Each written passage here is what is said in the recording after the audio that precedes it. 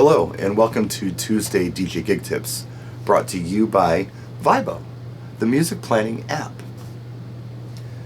Right off the bat, I want to just acknowledge that I realize this is actually Thursday, but I've had a very busy couple of weeks, so thank you for your understanding on being a little late on this. I struggled as to whether or not I was going to bring this topic up as a gig tip, but I think it's important because it's cautionary, and that is, don't believe the hype. I have a very good friend who is a very busy DJ in a very competitive market, yet I feel like that he does very well financially. He does very well on the business end, he does very well on the performance end. He's on top of his game. He recently talked to some people who were claiming to make more than twice as much as he was. And he talked to him for a while, and it turns out that they really weren't doing much different than he was. So he's asking himself, how can I get to this level, this next level financially as a DJ? Do I need to attend this seminar, or do I need to join this collective, or do I need to buy this thing to get there? Well, we had a conversation, and there were a couple things that I tried to point out to him. And that is to, let's kind of examine the possibilities here. Yeah, it's very possible that somebody out there could make a lot more as a DJ than you, for instance, in your market, although you're trying to do everything right and you feel like that you're getting as much as you can for, what's going on where you live. It's possible there are others out there who are getting more. First possibility is they're doing much larger production things. Of course, they're getting more. But if it's weddings, if it's apples to apples, if it's 100-person weddings versus 100-person weddings, what's going on here? The first question you have to ask yourself is, are they working as often as you are? Let's say that you're working 2 or 3 times a month, which may sound like a lot to some of you, not so much to others. I think it's about average, 2 or 3 times a month. Maybe you're working every weekend, it doesn't matter. And you're making what you feel like is cap in your market. Somebody else is making more. You got to ask yourself, are they working every weekend? Are they working as often as you are? Maybe they're only getting this unique client a few times a season. I mean, that's possible, right? The other possibility is maybe they live in a unique market, like a destination wedding market, such as Hawaii perhaps, or the Catskills. Yeah, that's probably going to command more money than it will be, I don't know, say where I live here in Milwaukee. Yeah, they're probably going to make more money at this. But there's another possibility. Going back probably 10, 15 years ago, there was somebody who came into my market who wasn't from the area, like a storm. Like they weren't there 1 minute and then they were just here. And shortly after they got here, they couldn't wait to tell everybody that they should be charging twice as much as they're charging. Because he's getting that kind of money. He's commanding that kind of money in our market. And we're cheating ourselves by not commanding the same amount of money. A lot of people kind of panicked and they thought, well, what do I do? If I raise my prices, I don't know if people are going to want to go with me. Now, I work with an agency. There was a wedding trade show. And this particular DJ was at this trade show along with the agency that I work with. A gentleman came up to the agent that I work with and said they were looking for some strings for a wedding ceremony. My agent said, hey, we do DJs as well. The gentleman said, I've already got a DJ. I just need the strings. So the agent asked, well, who did you go with? So I went with that guy over there. So really, can I ask why? Well, he was the least expensive DJ I could find. Turns out he only charged like $400 or $500 when it came down to it.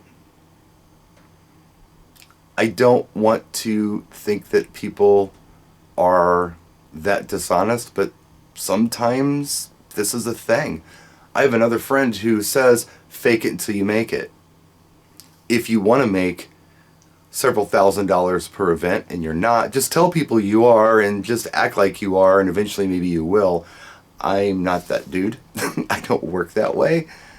I like to be honest and I like to be forthright with myself and others. I don't want to tell you that something is this big bang successful thing that you're going to make a fortune with when indeed I don't even have proof of it and I'm not doing it. It's dishonest as far as I'm concerned. I would never do it. You know, sometimes you look at how somebody lives, what vehicle they drive, what kind of house they're in. They're a DJ, and you're thinking, oh my gosh, they're getting rich as, you know, a DJ. How are they doing this? I'm not this person. There are a couple possibilities there. Maybe they've got a very lucrative day job.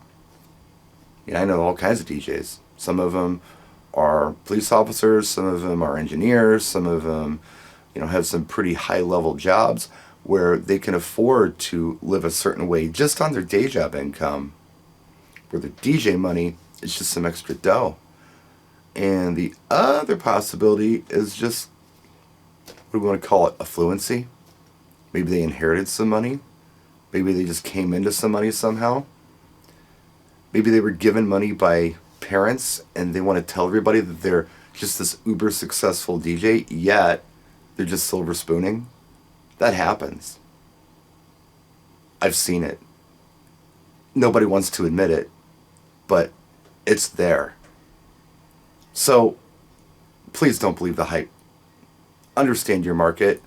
Do the best you can in your market. Understand what it's costing you to go out there and work and make money on top of it. It's an honest living. It's a good living. But when somebody makes outrageous claims when it comes to what kind of income you can make, use your head. Don't believe the hype. The other thing I want to talk about while we're on the subject is add-ons. There are companies out there who sell add-ons that claim you can make all kinds of money if you buy these add-ons. What some folks do is they go out and they buy the add-ons and then they try to sell the add-ons, and turns out in their market, for one reason or another, they just can't justify the money they spent on this expensive add-on. Now they're stuck with it. They can either sell it for a lot less at a loss to each client or outright sell the product to somebody else at a loss. If there's something that you feel like that maybe you might do well with, if there's an add-on, like Photo Booth for instance, here's my recommendation for you. Sell it before you buy the product. I've done this before. Sometimes you can talk to a client and say, hey, would you like to have this extra service? And they might say, well, I'm interested. And then you explain what it is, and then you give them a price. If they say yes, and it's a price that makes sense and justifies you purchasing this photo booth or this light or whatever it happens to be, by all means do it, because you got profit here. You've tested it. Someone's already bought it. Now you can buy the product and start making money with it. However, if they're not willing to pay the price for this product, or you have to sell it for a lot less than what perhaps a company representative claimed you could, maybe you might just want to go the other way and not invest in it.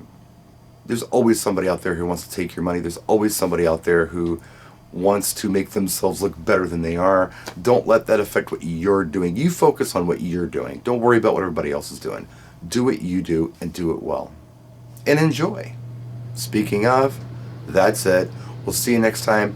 Thanks so much for watching. I appreciate you so much. If you have any ideas for any future Tuesday DJ gig tips, I welcome you to leave them down here in the comment section. I will take them into consideration. We'll see you next time. Practice and enjoy.